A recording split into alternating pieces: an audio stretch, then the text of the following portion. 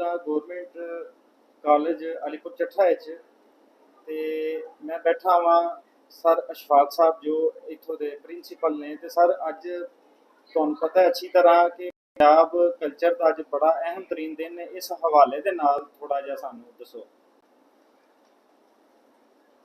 ਪੰਜਾਬ ਜਿਹੜਾ ਹੈ ਇਹ 5 ਦਰਿਆਵਾਂ ਦੀ ਸਰਜ਼ਮੀਨ ਹੈ। ਇਹ ਐਸੀ ਸਰਜ਼ਮੀਨ ਹੈ ਕਿ ਵਜ਼ੀਰ ਆਜ਼ਮ ਵੀ ਜਦੋਂ ਉਹਨੇ ਹਿੰਦੁਸਤਾਨ ਦੇ ਮੁਤਲਕ ਪੁੱਛਿਆ ਸੀ, ਉਹਨੇ ਇੱਕ ਗੱਲ ਕਹੀ ਸੀ ਕਿ ਮੈਂ ਉਸ ਸਰਜ਼ਮੀਨ ਨੂੰ ਜ਼ਰੂਰ ਦੇਖਣਾ ਚਾਹੁੰਦਾ ਜਿੱਥੇ 5 ਦਰਿਆ ਹੋਣ। ਇਹ ਬੜੀ ਰਿਚ ਜ਼ਮੀਨ ਹੈ, ਸਕਾਫਤ ਦੇ ਨਾਲ, ਜ਼ਬਾਨ ਦੇ ਨਾਲ, ਲਿਬਾਸ ਦੇ ਨਾਲ।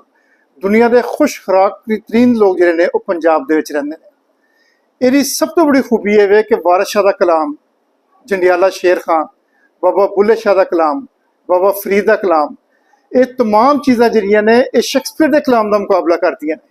ਲੇਕਿਨ ਬਦਕਿਸਮਤੀ ਇਹ ਵੇ ਕਿ ਅਸੀਂ ਪੰਜਾਬੀ ਜ਼ਬਾਨ ਨੂੰ ਉਹਨਾਂ ਪ੍ਰਮੋਟ ਨਹੀਂ ਕਰ ਸਕੇ, ਉਹਦੀ ਤਰੱਕੀ ਵਾਸਤੇ ਉਹਨਾਂ ਕੰਮ ਨਹੀਂ ਕਰ ਸਕਦੇ ਜਿੰਨਾ ਇਹਦਾ ਹੱਕ ਬਣਦਾ ਸੀ।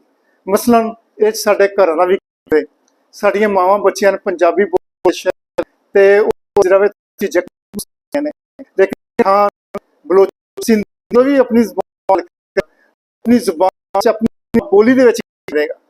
ਅੱਜ ਦੇ ਦਿਨ ਅਸੀਂ ਇਹ ਅਹਿਦ ਕਰਨੇ ਆ ਕਿ ਆਪਣੇ ਘਰਾਂ ਦੇ ਵਿੱਚ ਨਾ ਸਿਰਫ ਮਾਂ ਬੋਲੀ ਤਰੱਕੀ ਦੇਵਾਂਗੇ ਬਲਕਿ ਪੰਜਾਬੀ ਲਿਬਾਸ, ਕਲਚਰ, ਜ਼ਬਾਨ, ਇਹਦੀ ਹਰ ਚੀਜ਼। ਦੇਖੋ ਨਾ, ਤੁਸੀਂ ਜਿੰਨਾ ਮਰਜ਼ੀ ਪੀਜ਼ਾ ਖਾ ਲਓ ਲੇਕਿਨ ਜੋ ਮਕਈ ਦੀ ਰੋਟੀ, ਸਾਗ ਤੇ ਮੱਖਣ ਦਾ ਮਜ਼ਾ ਆਵੇ ਉਹ ਕਿਸੇ ਚੀਜ਼ ਦਾ ਮਜ਼ਾ ਨਹੀਂ ਹੈ। ਇਸ ਵਾਸਤੇ ਮੈਂ ਕਹਾਂਗਾ ਕਿ ਪੰਜਾਬੀ ਜ਼ਬਾਨ, ਕਲਚਰ, ਇਹਦੀ ਹਰ ਚੀਜ਼ ਨੂੰ ਅੱਜ ਅਸੀਂ ਅਹਿਦ ਕਰਨੇ ਆ ਕਿ ਅਸੀਂ ਇਨਸ਼ਾਅੱਲਾ ਇਹ ਤੇ ਫਖਰ ਵੀ ਮਹਿਸੂਸ ਕਰਾਂਗੇ ਤੇ ਇਹਦੀ ਤਰੱਕੀ ਵਾਸਤੇ ਵੀ ਕੋਸ਼ਿਸ਼ ਕਰਾਂਗੇ।